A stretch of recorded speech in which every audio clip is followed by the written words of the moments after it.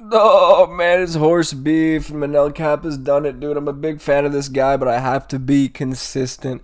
I must be, right? I have to give Manel Kape shit for the eye pokes because, in my opinion, this is even more blatant of an example. The eye pokes themselves weren't as severe as the one that Henry Cejudo had to suffer, because at the end of the day, I'm pretty sure Manel Kape opened the cut on the lower eyelid of Asu Amabayev. It wasn't an eye poke that opened that cut, so the eye was already damaged.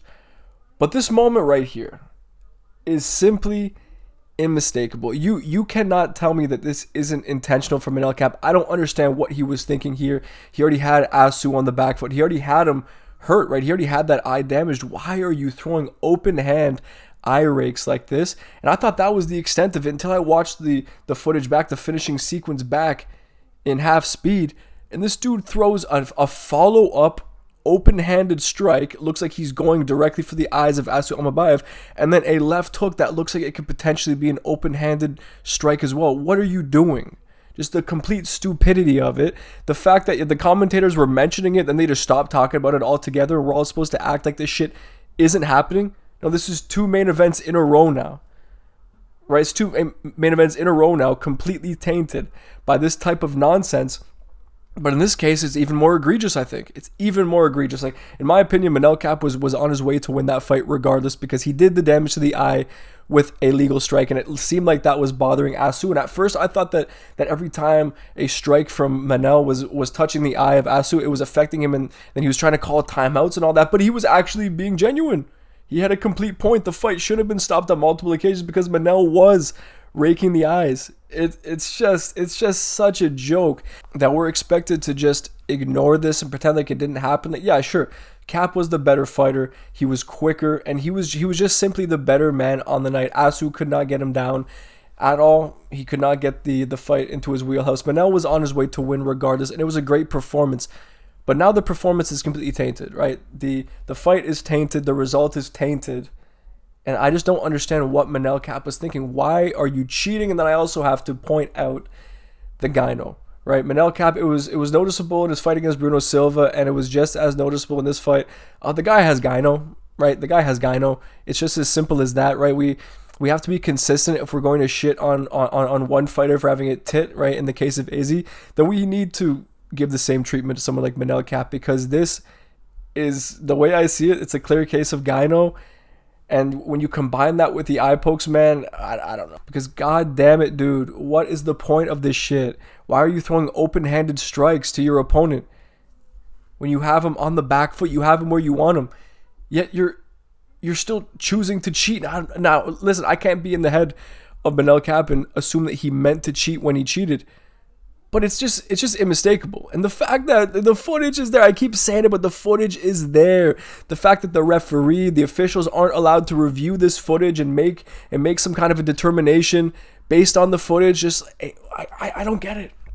And this is now two main events in a row, two fight night main events that have been ruined by this, where the cheater is rewarded for said cheating. Now, like I said, in both cases, right, fans seem to be completely fine with it because, oh, Manel Kape was winning the fight, or Song Yadong was winning the fight, right? Oh, the opponent was cooked anyway. They were cooked. There's more of an argument for that with this fight because Manel already had the eye of Asu Amabayev banged up, and like I said, Asu could not do anything in this fight. It was clear that Manel was levels above him. But it doesn't really matter now because of the cheating, right? And I hate the fact that I have to be consistent. I hate the fact that I have integrity, because now I have to make a video talking about this too. But now let's apply Dana White's logic from my last video, right? After the Henry Cejudo versus Yadong fight. Well, do you think he did it intentionally? He was winning the fight. Why would he poke him in the eye? But what's the excuse for this? Because Manel Kape was clearly winning this fight in an even more one-sided fashion than Song Yadong was winning the fight against Cejudo. But he threw 3 open-handed strikes back to back to back. He's winning the fight, therefore you have to give him the benefit of the doubt, despite how fucking blatant it was. Yeah, come on now, Dana White. I don't buy this shit anymore. This is really taking away from the legitimacy of the sport and the enjoyment of the sport altogether. I just can't stand this shit anymore. And hearing the face of the company, Dana White, make excuses for his fighters when they're blatantly cheating like this is way worse than the Song Yadong one. And it just seems so unnecessary, and that's why it pisses me off to this extent. It's disgusting. And it wasn't just this, right? it was just an overall terrible night for combat sports. Tell me how fucking the WWE is overshadowing one of the biggest boxing fights of the year and UFC on the same night with John Cena's heel turn. Right? I'm not even a WWE guy, but they stole the headlines. Meanwhile, you have boxing and the UFC's legitimacy coming into question. Let's talk about Tank Davis. First of all, he fucking lost that fight. Tank Davis convincingly lost that fight. I'm not going to go round by round because that would take way too much effort, and I don't want to go back and watch that fight, despite the fact that it's a great fight. It was such a good fight, man. Tank Davis is a dog. He's biting down the mouthpiece, throwing big left hands. But tell me how this isn't a knockdown. Now, we're talking about cheating. We're talking about eye pokes. You have another case of cheating here in a sense. Like, I don't know if it was what Tank Davis meant to do. I think he went to go take a knee and then realized, okay, the round is now done. So then he quickly scurried over to his corner. I don't think that he meant to do what he did for the reason that I don't think that he knew what he was doing exactly. Like, he wasn't meaning to commit some kind of foul play. I don't believe that whatsoever. But he benefited off of this.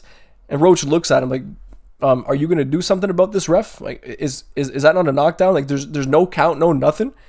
Because this shot connects, and then Tank takes a knee, and we're supposed to act like nothing happened there. Like, Tank was fine? Crazy shit. It's actually such a joke, man. I'm starting to really, really, really have disdain for these combat sports because they really are phony, dude. It's coming down to some nonsense recently, dude. The preferred winner is being given preferential treatment every single time, and it's not just bad that Tank Davis took the knee, but you guys need to understand that based on the scorecards that we got, right, which were bullshit, by the way, scoring at a majority draw, but that round should have been a 10-8, right? There should have been a 10-8 there for Roach.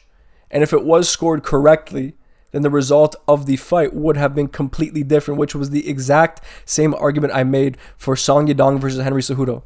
Right? After the eye pokes, right, the multiple fouls from Song Yadong, if the correct point was taken, if the correct action was taken, the result of the fight would have been completely different. That would have been a draw. In this case, you have a draw that would have been a decision victory for Roach, which should have taken place regardless. Fucking 10-8 or no 10-8, it does not matter. Roach simply had too much for Gervonta. Gervonta was not able to get the better of him. All of the moments where one fighter looked stunned, looked rocked, looked in trouble, it was always Gervonta Davis on the receiving end. And he's a dog, dude. Like I said, he was biting down the mouthpiece. And during crunch time, when he realized that he needed something, right? He needed at least a moment in that fight. He was pushing, he was throwing big left hands, and the dudes were trading in the pocket. And it was an awesome fight, dude. The content of the fight itself was fantastic. I haven't actually enjoyed watching a boxing match like this in so long. For me, it even outshone the likes of Bivol versus Beterbiev as far as like the high-paced action. Man, these guys were throwing leather. It was a great spectacle of a fight. I enjoyed every second watching it. But then once again, it just has to be tainted by the result, by this nonsense. I would go as far as to say potentially rigged result. How does not even one judge give the fight to Roach? Not even one judge gives the fight to Roach. And I just have to bring it up one more time.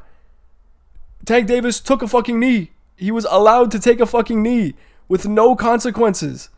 Nothing. Man, oh man. Man, oh man, I don't even know what to say at this point. It's just next level shit. And it pisses me off even more because Lamont Roach was a fucking cherry-picked opponent to begin with. And he put on an amazing performance. An amazing performance, right? This is an example of cherry picking going wrong, yet Tank Davis comes out of this one with the belts still intact. I can't do it anymore. I can't do it anymore with these combat sports, dude. They're losing me altogether. Next pay-per-view better be a banger. Alex Pereira better stone cold knock out on Kalaev, or I don't know, man. I'll be on my last legs as far as this whole combat sport shit, dude. I really will be. And before I let you guys go, I just want to give a quick shout out to Hyder Emil. This guy is an absolute dog. An absolute dog. He just quickly shot up to being one of my favorite fighters in the UFC. Apparently he had like a torn pec and a bicep injury as well, and just went out there and just constantly threw leather. Takes everything on the chin, and he does have like a Drew Dober-esque chin, so it makes sense he's able to take shots like that. But this guy is amazing to watch. He's so much fun, just constant forward pressure, slinging hooks. He kind of like reminds me of John Lineker, but just with less power in a way. But what a fun performance. I can't wait to see what he does left. There are a ton of fun matchups for him at 145. And then Haq Press versus Ribovic, controversial decision. I think a lot of people would consider this to be a robbery, and I would kind of get that, honestly. Like, the first round was obviously Haq Press. Second round looked like it was Haq Press, but then Ribovic started putting the volume on him and ended up rocking him at the end of the second round. Probably had the biggest moment of that round, so I don't see why that wouldn't be Ribovic's round. And then he clearly wins round 3, yet Haq Press is given the decision. I mean, it was a great fight, so I hate to see a great war like that get overshadowed by a bad decision, but I wouldn't necessarily say it was an egregiously bad decision. But the right man arguably did not win. I think Ribovic probably should have been given the win there. I think the man now has a loss in his record, down to some somewhat shoddy judging, but at the same time, Haq Press was in there and he had his moments in round 2. So I don't know. It's tough. It's tough to call it an overall bad robbery, but maybe we can revisit it someday soon. But then again, guys, that does conclude my thoughts on last night. A truly embarrassing night for combat sports altogether, except for professional wrestling. Apparently, they've just come out and made a resurgence, making the biggest star that the WWE has ever seen turn heel, and that's a pretty cool decision. In all honesty, even though I don't watch the sport, I respect the decision. And as a childhood fan of the sport, it's good to see the company kind of pick itself up a little bit, get back on the saddle, and really reestablish itself as a top organization. So good for the WWE, but shame on the UFC and shame on, I believe it was PBC Boxing. Shame on the commission. Shame on boxing in general, because it's just a fucking corrupt sport. You cannot convince me otherwise, and it always has been, really. But anyway, guys, I do appreciate you watching. Let me know your thoughts in the comment section below, and I'll see you in the next one.